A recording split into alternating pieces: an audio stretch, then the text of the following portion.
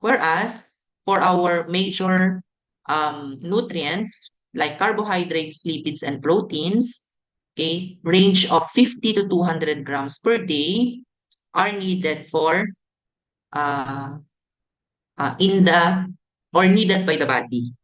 Okay? So synthetic vitamins are identical to the vitamins found in foods. Okay, so sabi ng iba, mas maganda daw yung mga natural or vitamins from natural sources gaya ng pagkain kaysa sa mga vitamins na nabibili sa butika. But studies show na walang difference kasi mamimik or nagagaya ng mga synthetic vitamins or yung mga gawang vitamins, yung mga functions na kayang gawin ng mga vitamins found or that can be supplied by dietary sources. Okay, it says here, the body cannot tell the difference and gets the same benefit from either source. Okay? So, hindi daw kayang i-differentiate ng katawan natin once yung vitamin, either synthetic or from natural, pag nasa loob na ng katawan, hindi na siya ma-distinguish ng katawan. Hindi na siya ma-differentiate ng katawan. Okay? There are 13 known vitamins.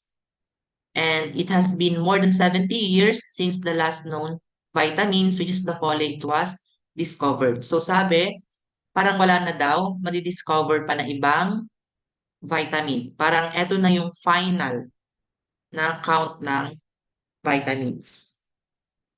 Okay?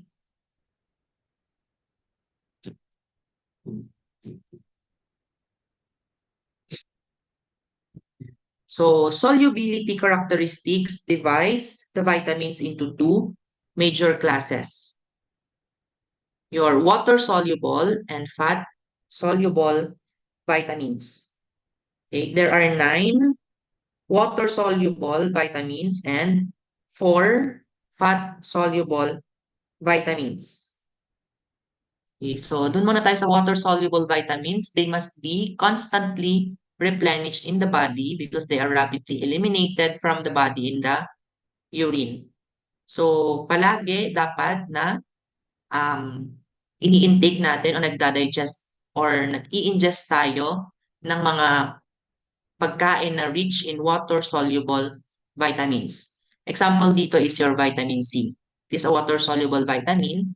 So, di ba ang recommended is every day na merong intake ng vitamin C. Okay? Kasi daw, they are rapidly eliminated or mabilis silang natatanggal from our system. Okay? Water-soluble vitamins are carried in the bloodstream, are needed in frequent small doses, and are unlikely to be toxic except when taken in unusually large doses. So, hindi daw sila usually nagkukos ng toxicity. Okay? Unless tinake mo sila ng napakadami, large doses. Okay, so bihira lang na merong nagkakaroon ng overdose sa mga water-soluble vitamins. For fat-soluble vitamins, they are found dissolved in lipid materials. Okay. In general, they are carried in the blood by protein carriers. They are stored in fat tissues and they are needed in periodic doses. Okay? So sa water-soluble, they are needed in frequent small doses. Whereas in fat-soluble vitamins, they are needed lang pag merong certain time lang na kailangan sila, periodic doses. And more likely to be toxic when consumed in excess of need.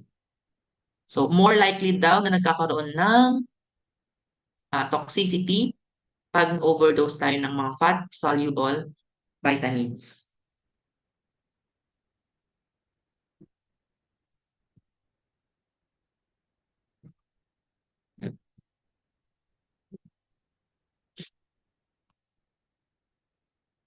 Okay, so another characteristic for water-soluble vitamins, they function as coenzyme for important biochemical reactions in humans, animals, and microorganisms. Okay, and these are the 9 water-soluble vitamins.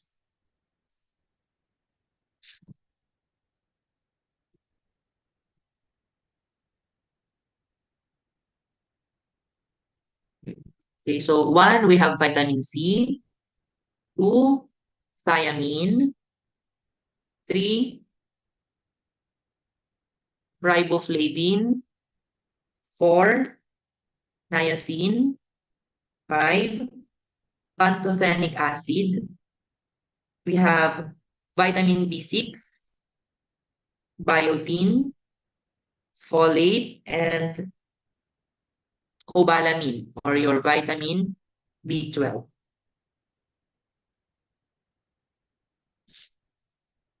Okay, so according to the book, yung pronunciation daw ng um yung third, sinabi ko kanina is riboflavin.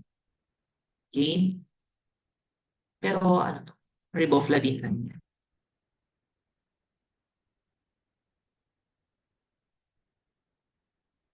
Okay, so for fat-soluble vitamins, they do not function as coenzyme in humans and animals and are rarely utilized in any manner by microorganisms. So sa water-soluble kanina, they function as coenzyme for biochemical reactions. Whereas sa fat-soluble vitamins, they do not function as coenzyme in humans and animals. For our fat-soluble vitamins, we have 4 vitamins A, D, E, and K.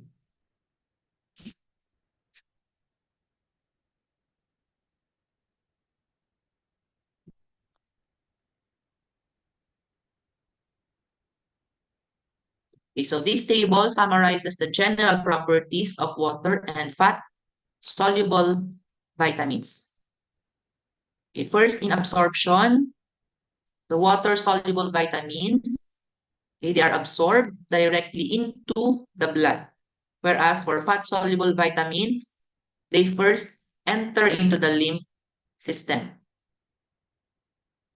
Sa transport naman, for your water-soluble, they travel without carriers. While in fat-soluble vitamins, many of them require protein carriers. Sa storage naman, for your water-soluble, they circulate in the water-filled parts of the body. And for fat-soluble vitamins, they are found in cells associated with fat, adipocytes. Sa excretion naman, excretion, kung paano sila lumalabas sa ating katawan.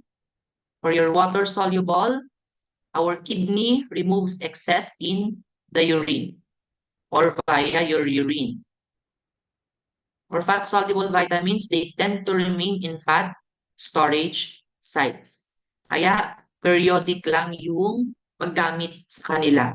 Kasi nai-store sila. Okay? Pwede silang i-reuse or i-recycle ng katawan. Dito sa mga water-soluble, pag may excess or extra, nire-remove ka agad ni kidney para hindi maging toxic sa katawan. Okay? For the toxicity, for your water-soluble, not likely to reach toxic levels when consumed from supplements. Okay, so, di ba pag bumibili tayo ng mga vitamin C,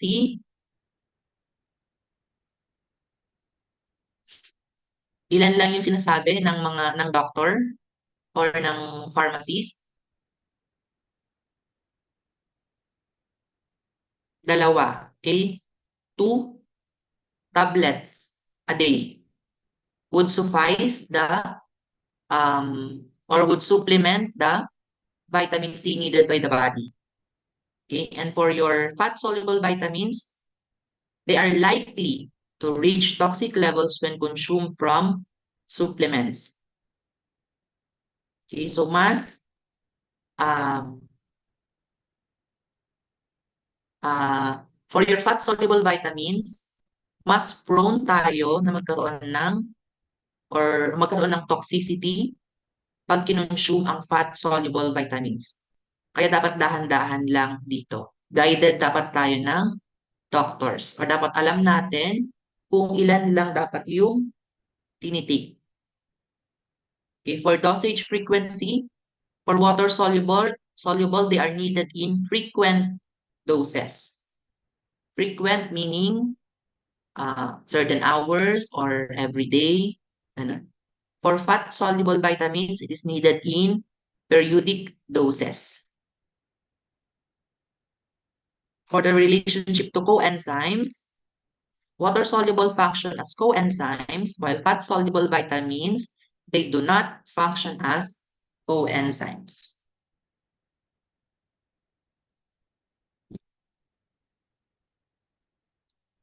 Okay, so notice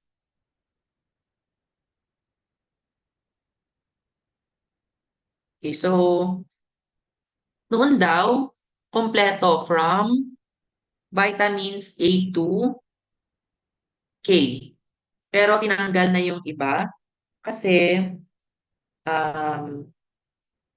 yung iba is ginawa na siya kasi may mga magkakatulad na function na vitamins.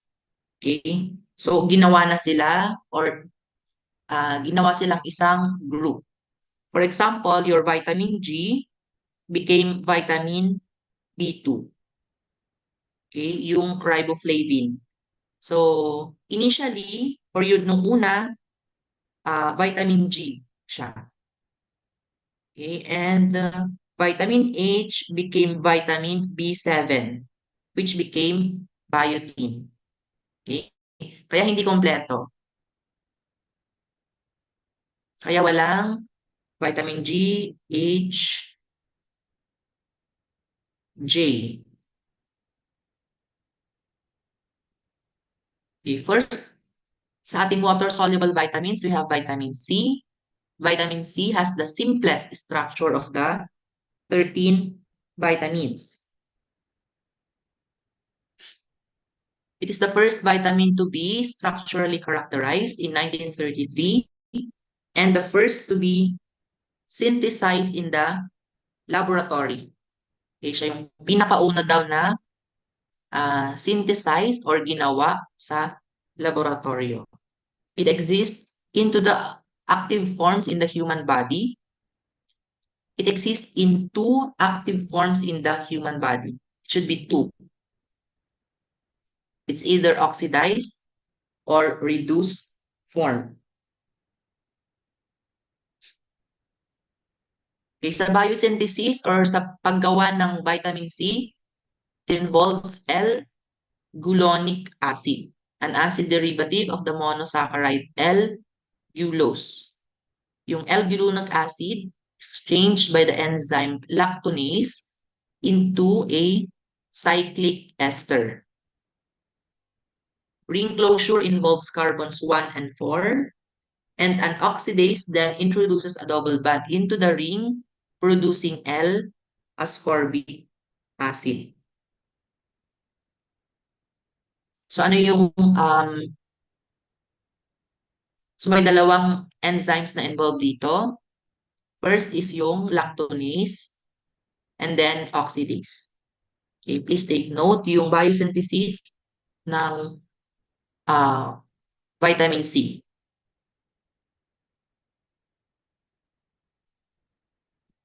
So yung parent material niya is L-gulonic acid. Okay?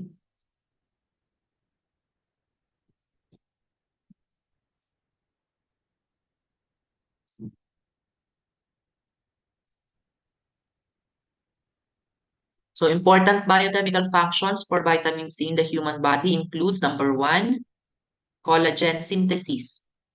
Okay, vitamin C is a co-substrate in the formation of the structural protein collagen.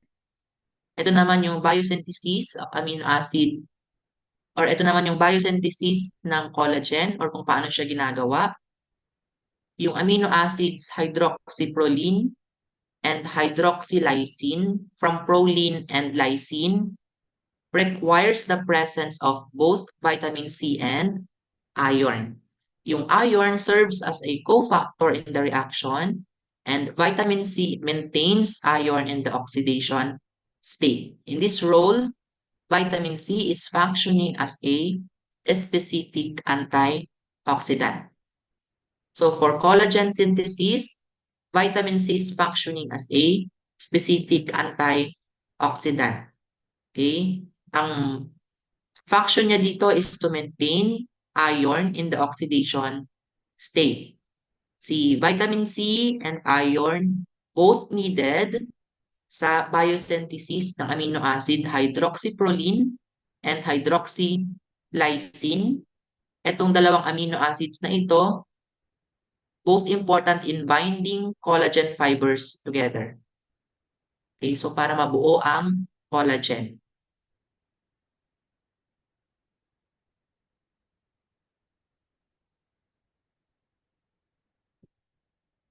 Aside from its role as a specific antioxidant, vitamin C also functions as a general antioxidant. Okay, one way it acts as general antioxidant is by recharging spent enzymes that contain metal atoms. So, paano niya ginagawa ito? In iron-containing enzymes, the iron present in the enzyme is changed from ferrous to ferric as the enzyme acts as on a substrate. For the enzyme to function again, the ferric must be changed back to ferrous state. Okay, so the active form of vitamin E is regenerated by vitamin C.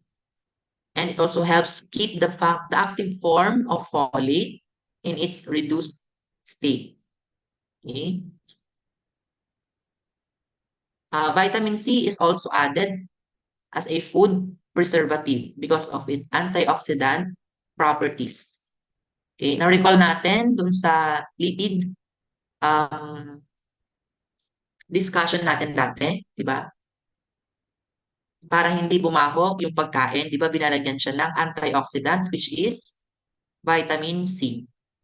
Okay? Para hindi ma-oxidize yung pagkain.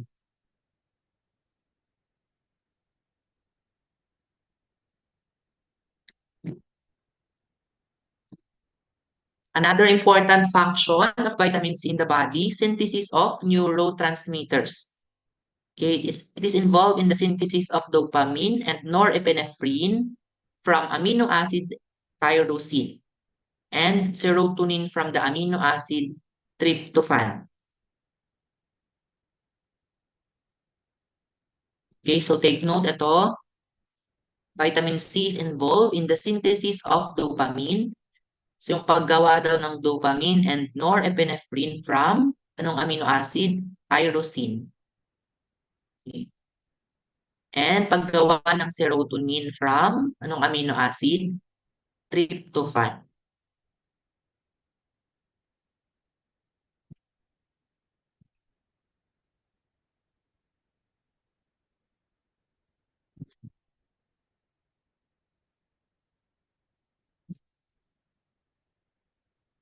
Okay, the next group of water-soluble vitamins, we have the B vitamins. This grouping is based on their biochemical function. All of the B vitamins serve as precursors for enzyme cofactors. Okay? So yung nauna kanina si vitamin C is not an enzyme cofactor precursor. B vitamins serve as precursors for enzyme cofactors. Okay, so take note, baka maging question ito. Statement 1. All of the B vitamins serve as precursor for enzyme cofactors. Okay, mga ganon. Okay? So, nung una,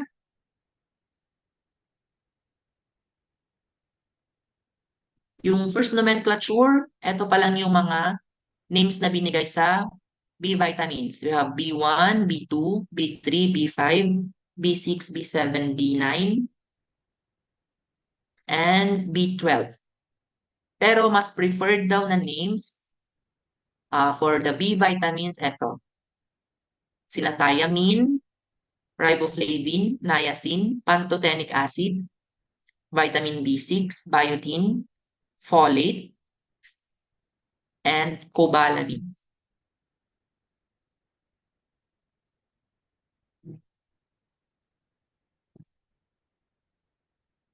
Si vitamin B6, mas preferred yung vitamin B6 kasi tatlong forms sila na same function.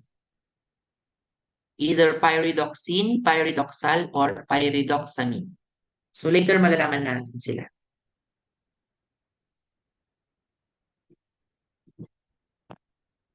Okay, so for this, take note din, etong mga preferred names for B vitamins.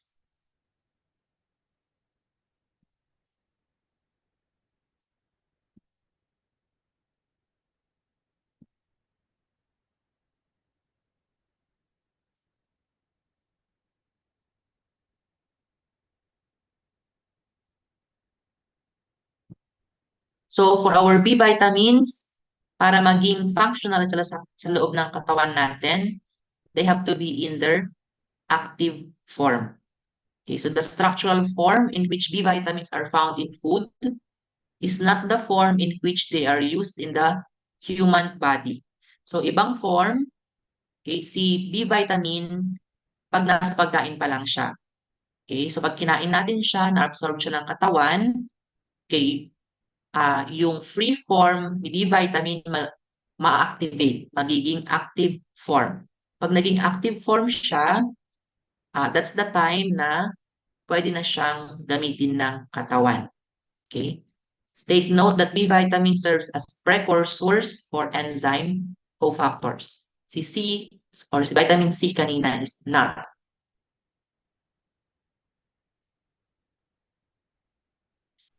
So free forms are obtained from food through digestion. So yung free form, ito yung hindi pa siya na-activate. The active form for vitamins in the body is their enzyme cofactor form. Take note, the active form for B vitamins in the body is their enzyme cofactor form. In their function as coenzymes, B vitamins do not remain permanently bonded to the apoenzyme that they are associated with. This means that they can be repeatedly used by various enzymes. This reuse diminishes the need for large amounts of B vitamins in biochemical system. So si B vitamins sa reaction ng enzyme, hindi siya nako-consume. Ginagamit lang siya, si B vitamins. Pagtapos na yung reaction, okay, so mawawalan, magiging, okay, so si B vitamins, pag tapos na yung reaction ng enzyme, i-recycle ulit siya para pwedeng gamitin ulit ng susunod na enzyme. Hindi siya nako-consume during reaction. Okay? So, since nare-reuse daw siya or nare-recycle siya, yung need para i-replenish siya is hindi ganun kabilis. Naiintindihan? Kasi pwede siyang i-reuse, i-recycle. So, nandoon lang siya, naka-stay lang siya doon. So, every now and then, mapapalitan siya? Of course not. Kasi, naka-stay lang siya doon. Ginagamit siya repeatedly. Okay, vitamin B1 or your thiamine, the free form is thiamine. Your coenzyme form or your active form is thiamine pyrophosphate or your TPP. The name thiamine comes from thio, which means sulfur, and amine, which refers to the numerous amine group present. Okay, so your TPP, the coenzyme form, is a molecule in which a pyrophosphate group Pyrophosphate means two phosphates bond to each other has been attached to the side chain. Saan siya ginagamit? It is needed in step 4 of the citric acid cycle or the decarboxylation of an alpha keto acid. Okay, what else? Also used in the conversion of pyruvate to acetyl-CoA.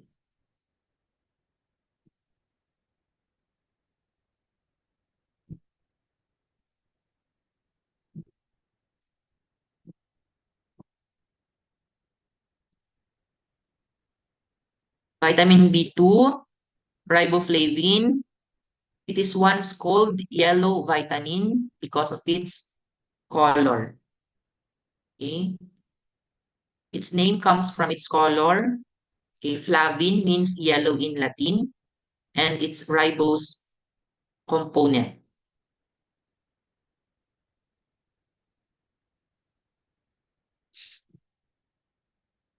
Okay, so your coenzyme form or your active form, dalawa, flavin adenine dinucleotide or your FAD, and flavin mononucleotide or your FMN. So both coenzymes are involved in the oxidation reduction reaction in which hydrogen atoms are transferred from one molecule to another.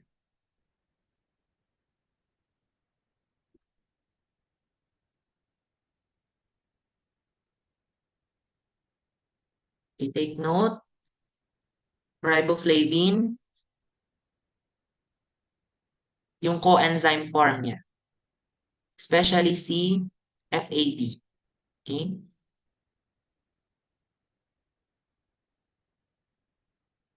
Okay, so please take note yung mga clue na sinasabi ko sa inyong class ha.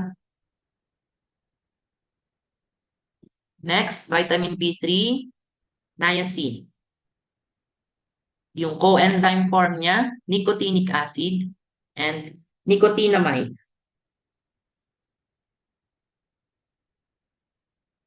So anong function ni niacin or ng coenzymes niya?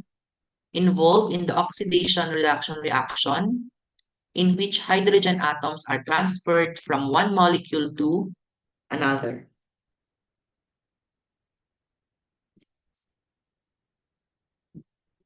So please take note yung mga anong ginagawa ng mga coenzymes na ito, yung function nila. So for niacin, redox reaction.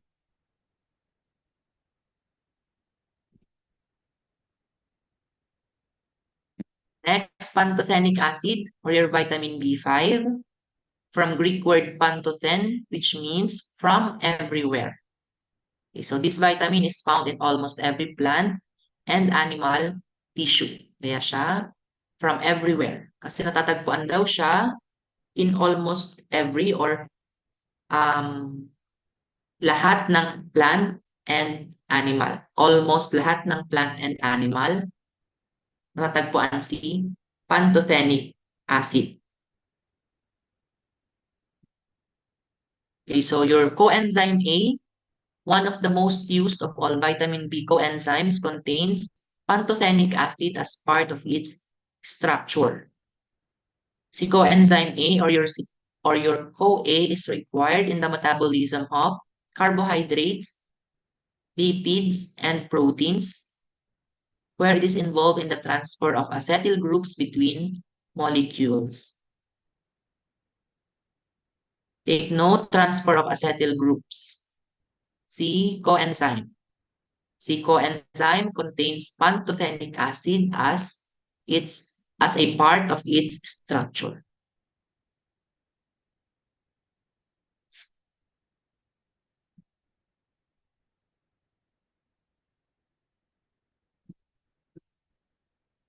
So aside from CoA, another pantothenic acid containing coenzyme is your acyl carrier protein or your ACP. Si ACP naman is important in the biosynthesis or ipaggawa ng fatty acids. So for your pantothenic acid, we have coenzyme A or your CoA and ACT.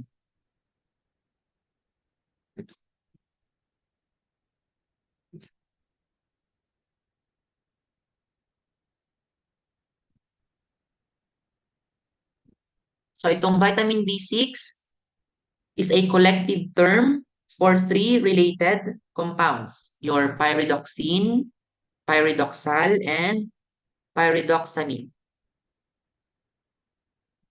Si pyridoxine, it is found in foods of plant origin, while pyridoxal and pyridoxamine, they are found in foods of animal origin. Yung coenzyme form ni pyridoxine, we have pyridoxine 5-phosphate, PNP. For pyridoxal 5-phosphate or your PLP, and pyridoxamine, yung coenzyme form, pyridoxamine 5-phosphate or your PMP. These vitamin B6 coenzymes participate in reaction where amino groups are transferred between molecules. Such transfer occurs repeatedly when protein molecules are metabolized. Okay, so take note nyo ng function ni vitamin B6 coenzymes. Okay, amino group transfer.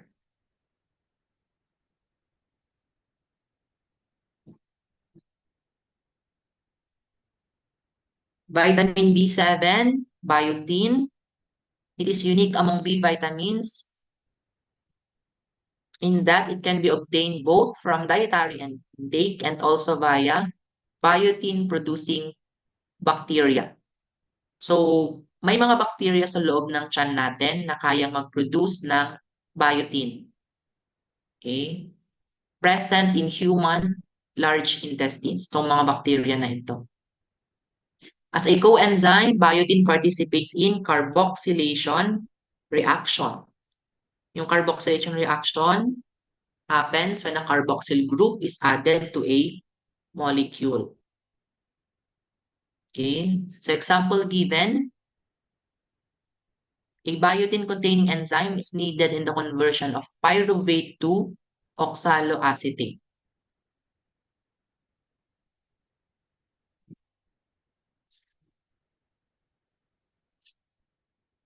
So biotin carboxylation reaction.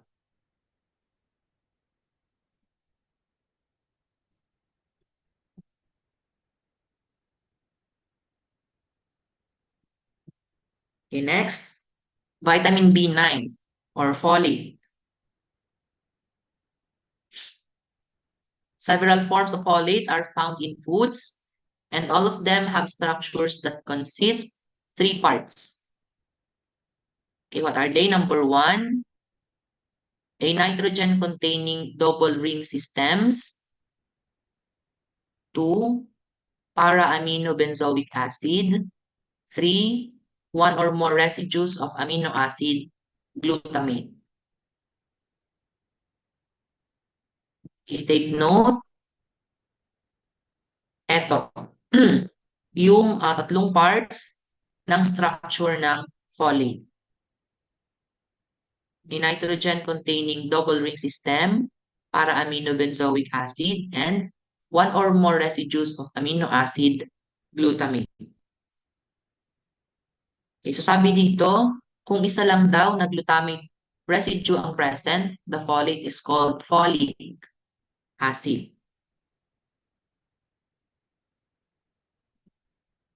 The active coenzyme form of folate, known as tetrahydrofolate or THF, has only one glutamate and 4 hydrogen atoms that have been added to the double ring nitrogen system.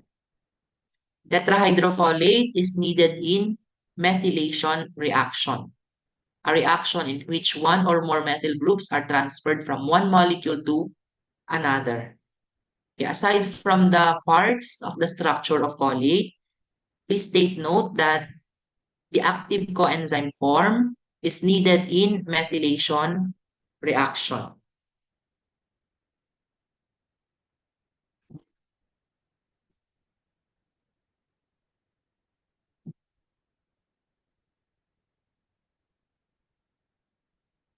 Okay, so si folate daw comes from Latin word folium, which means leaf. Kaya dark green leafy vegetables are the best natural sources of folate. Folium meaning leaf.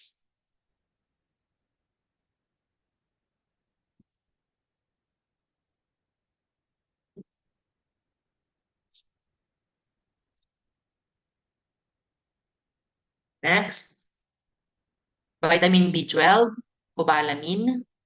Okay, the name cobalamin comes from the fact that an atom of the metal cobalt and numerous amine groups are present in the structure of vitamin B12.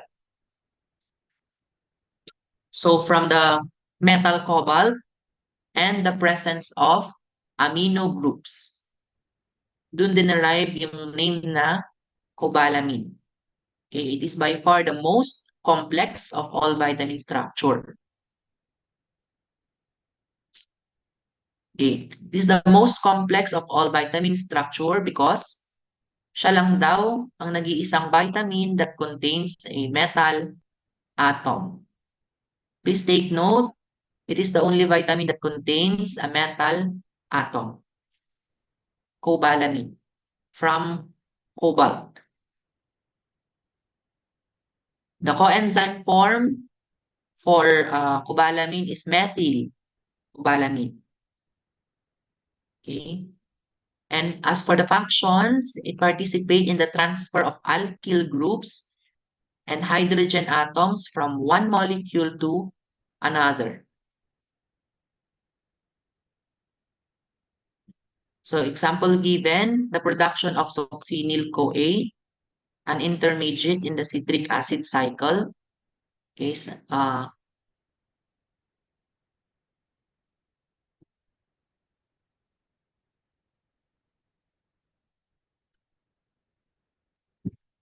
so this table summarizes the important coenzymes in which B vitamins are present.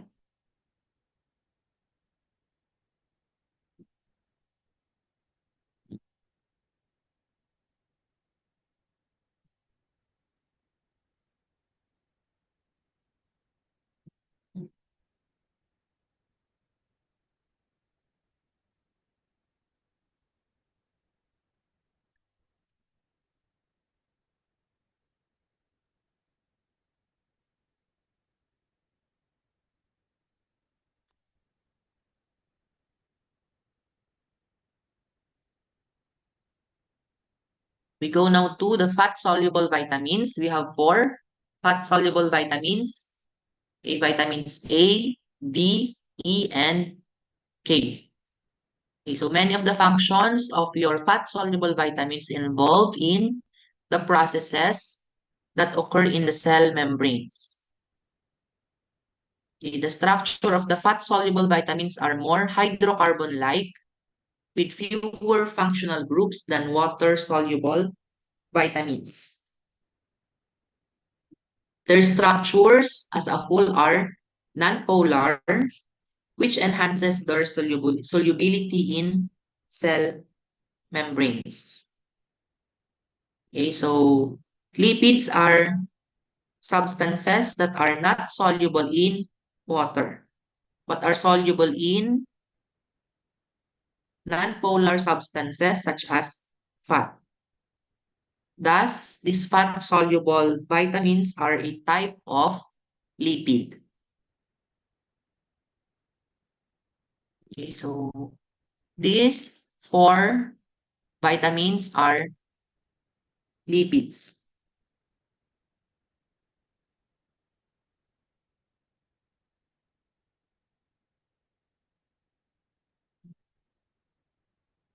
So let's take a look at the four fat-soluble vitamins. First, we have vitamin A.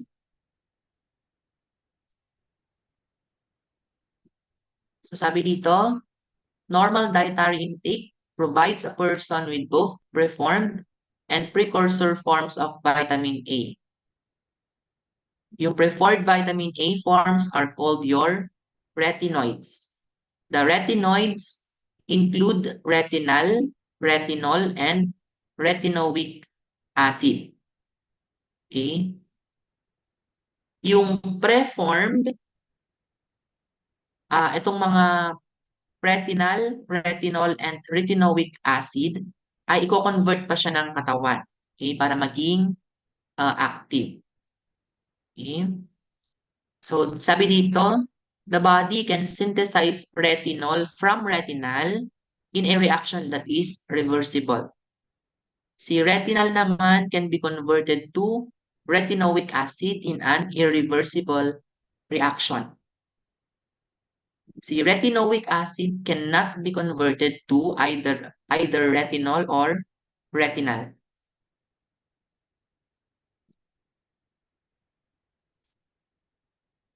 Okay, so take note.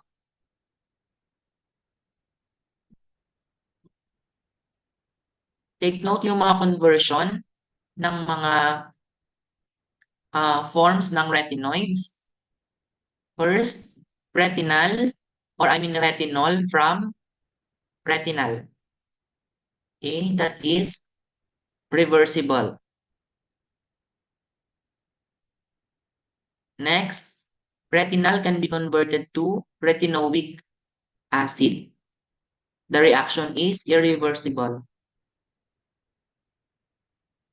Okay, while retinoic acid naman cannot be converted to either retinol or retinal.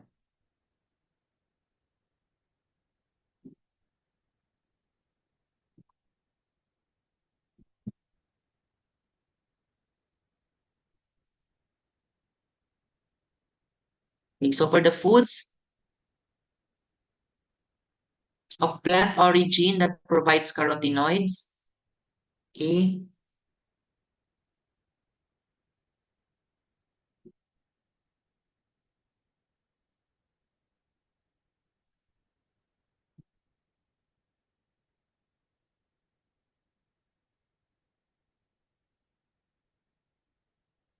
okay, so for the foods of plant origin provide carotenoids. Itong carotenoids na ito, it serves as a precursor form of vitamin A.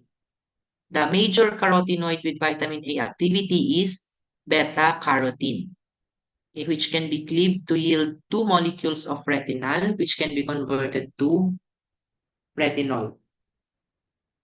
So yung beta-carotene, it is a yellow to red-orange pigment present in carrots, squash, cantaloupe, apricots, and other yellow vegetables and fruits. Okay. So beta-carotene is a deep yellow yung color niya, or almost orange compound. So if a food is white or colorless, it possesses little or no vitamin A.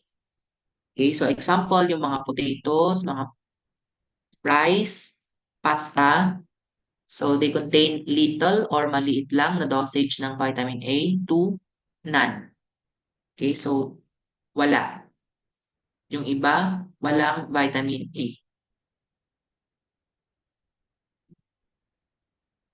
So there are four major functions of vitamin A in our body. First, vision. In the eye, vitamin A as retinal combines with the protein opsin to form the visual pigment rhodopsin. Si rhodopsin participates in the conversion of light energy into nerve impulses that are sent to the brain. Okay, so si vitamin A dito serves as or yung form niya is as retinal. Next, regulating cell differentiation. So in the cellular differentiation process, a vitamin A, yung form naman niya dito is as retinoic acid, binds to protein receptors. These vitamin A protein receptor complexes then bind to regulatory regions of DNA molecules.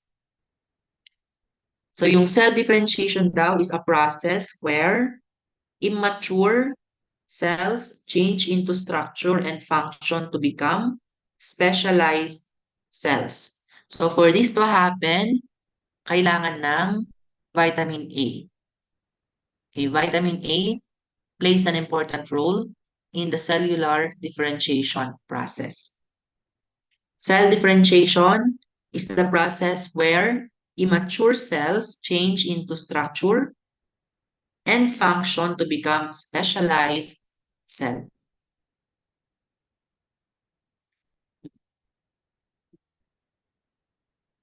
Third, maintenance of the health of epithelial tissues. So our epithelial tissues cover the outer body surfaces in addition to lining internal cavities and tubes. Okay, it includes skin and the linings of the mouth, stomach, lungs, vagina, and bladder. Lack of vitamin A as retinoic acid causes such surfaces to become drier and harder than normal.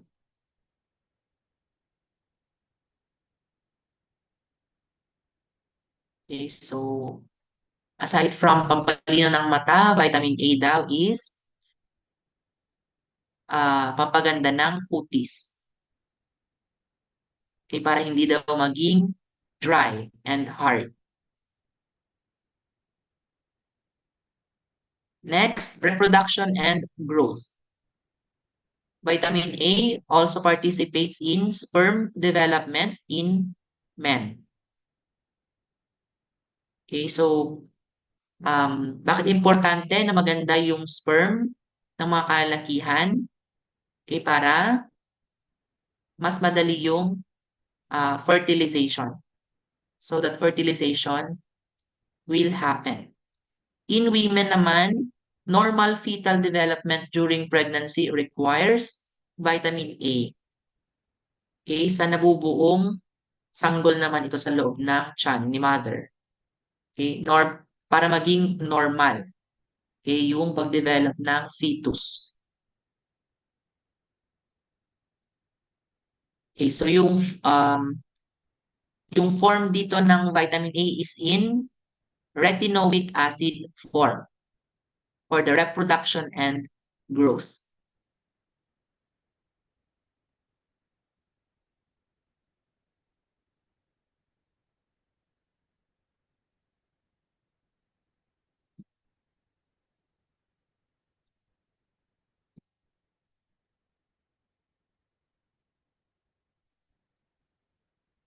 Another fat-soluble vitamins, we have vitamin D. Okay, vitamin D exists in several forms. But the most important forms are vitamin D2, also called your ergocalciferol, and vitamin D3 or your cholecalciferol. Yung D2 or ergocalciferol is found in foods of plant origin. Okay, so in vegetables and fruits. While your D3 or your cholecalciferol is found in foods of animal origin. Chole, okay? Animal origin. So both of these forms must undergo 2 further hydroxylation steps before the vitamin D becomes fully functional. So the first step happens in the liver. Okay, yung first step is an addition of the OH group or your hydroxyl group to carbon 25, producing calcidiol. Okay, I repeat, first step happens in the liver. Okay, addition of hydroxyl group to carbon 25. Okay, ang napoproduce daw dito is yung calcidiol. Okay, step 2 happens in the kidneys. Okay, addition of hydroxyl group to carbon 1 produces calcitriol.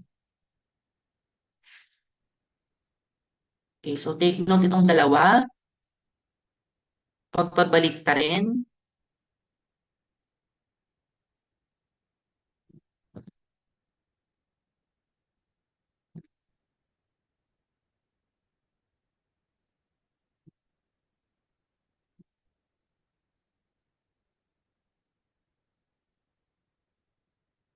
Okay, so your vitamin D3 or your cholecalciferol is produced in the skin of humans and animals by the action of sunlight,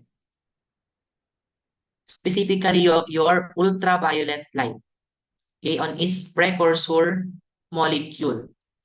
The cholesterol derivative 7-dehydrocholesterol. Okay? Itong 7-dehydrocholesterol is a normal metabolite of cholesterol found in the skin. So, matatagpuan mo daw ito sa skin. Okay. So, para ma-produce ang vitamin D3, ang kailangan is sunlight. Siya yung nag-activate nitong precursor molecule na ito sa ating skin. Okay? So, merong question dito. Does tanning bed result in increased vitamin D synthesis via the skin? Yung mga nagpapatan daw using tanning bed? The answer is yes and no. So depende daw. Some tanning bed machines emit the needed wavelength of light needed for vitamin D synthesis, while others do not. Okay? So kung kaya daw i-produce ng tanning bed yung wavelength na kailangan para ma-activate itong precursor molecule, so mag-produce si vitamin D. Pero pag hindi kaya yung wavelength na yon, hindi mapoproduce si vitamin D. Okay?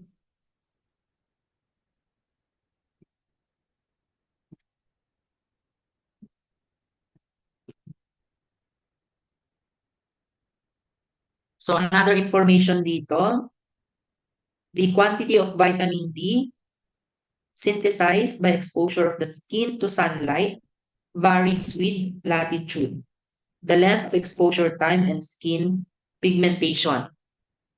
So it depends daw kung maitim ka or maputi ka. Okay, for darker skinned people, they synthesize less vitamin D because the pigmentation filters out ultraviolet light. Okay, so kung heavily pigmented yung balat, so ibig sabihin heavily pigmented, maraming makapal yung pigment sa balat. Okay? Kaya medyo dark. Okay, so konti daw ang napoproduce na vitamin D3 kasi hindi nakakaabot sa loob or nabablock yung ultraviolet light. Okay? Whereas, sa mga mas mapuputi na mga tao, okay, pag lesser yung pigmentation sa balat nila, mas nakakapasok yung ultraviolet light. Mas nakakapag-produce ng vitamin D3. Okay? So, aside from ating mga skin, only a few foods, including liver, fatty fish, such as salmon and egg yolk, are good natural sources of vitamin D. Okay, so ilan lang daw ng mga pagkain ang mayaman sa vitamin D. Liver, fatty fish, egg yolk. Okay, the rest of the body's vitamin D supplies are made within the body with the help of sunlight. Okay, kaya importante din, minsan-minsan na nagpapaaraw tayo. Okay? Para ma-maintain natin yung healthy level ng vitamin D sa katawan. So ano nga ba yung mga function ng vitamin D sa katawan? First is to maintain normal blood levels of calcium ion and phosphate ion so that bones can absorb this ion.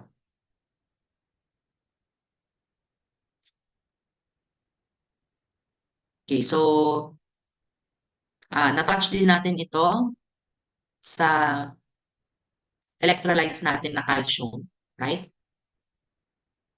Okay. So si vitamin D stimulates absorption of these ions from the GI or gastrointestinal tract and aids in the retention by the kidneys. Vitamin D also triggers the deposition of calcium salts into the bones by activating the biosynthesis of calcium binding proteins.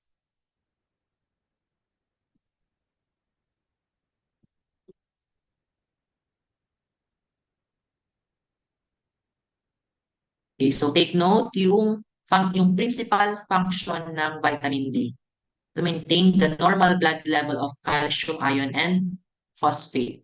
So, paano nila ginagawa ito? Vitamin D stimulates absorption of calcium and phosphate sa gastrointestinal tract or dun sa intestine natin. And second, retention ng mga ions na ito sa kidneys. Okay? Reabsorption sa kidneys. Hindi niya pinapalabas.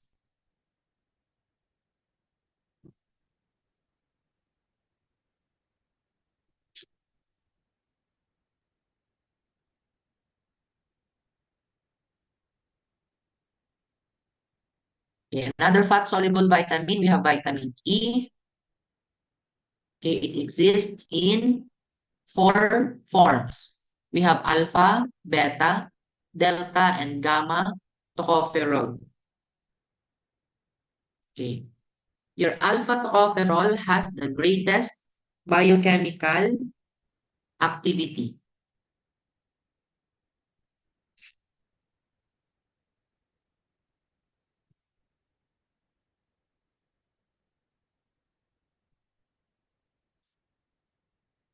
The major dietary source for vitamin E are vegetable oils and products made from them. So, ano yung mga products made from vegetable oils? We have margarines and salad dressings. Okay. Also, some dark green vegetables such as spinach and broccoli are also good dietary sources. As for the function, vitamin E functions in the body as an antioxidant.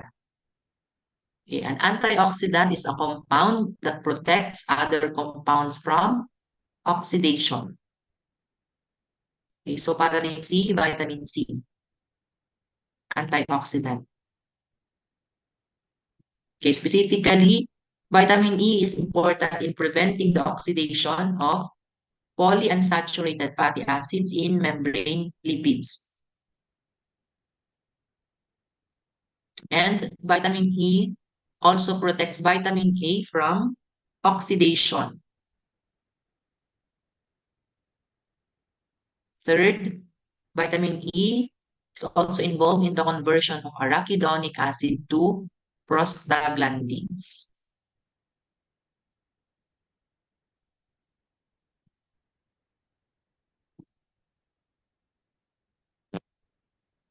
Okay, so take note, yung function ni vitamin E as an antioxidant.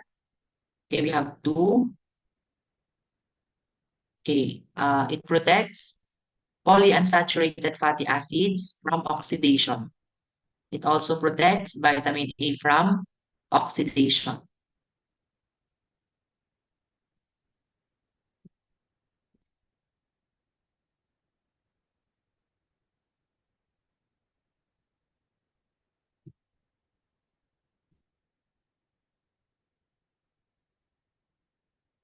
And the fourth class of fat-soluble vitamins, we have vitamin K.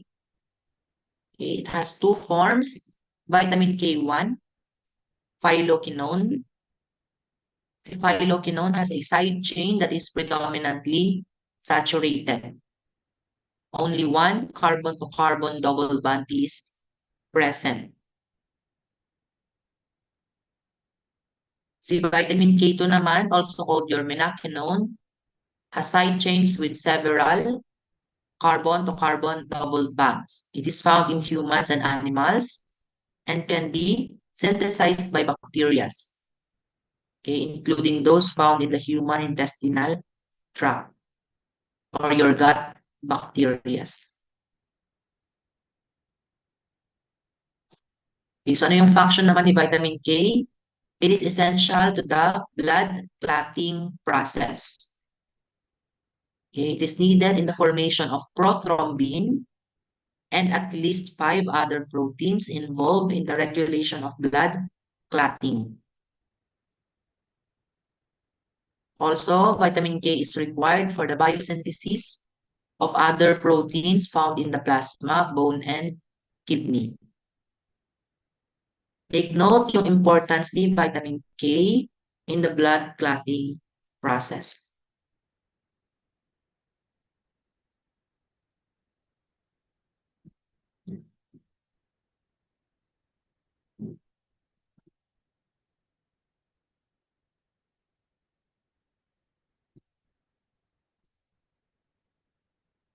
Okay, so that ends our discussion on vitamins.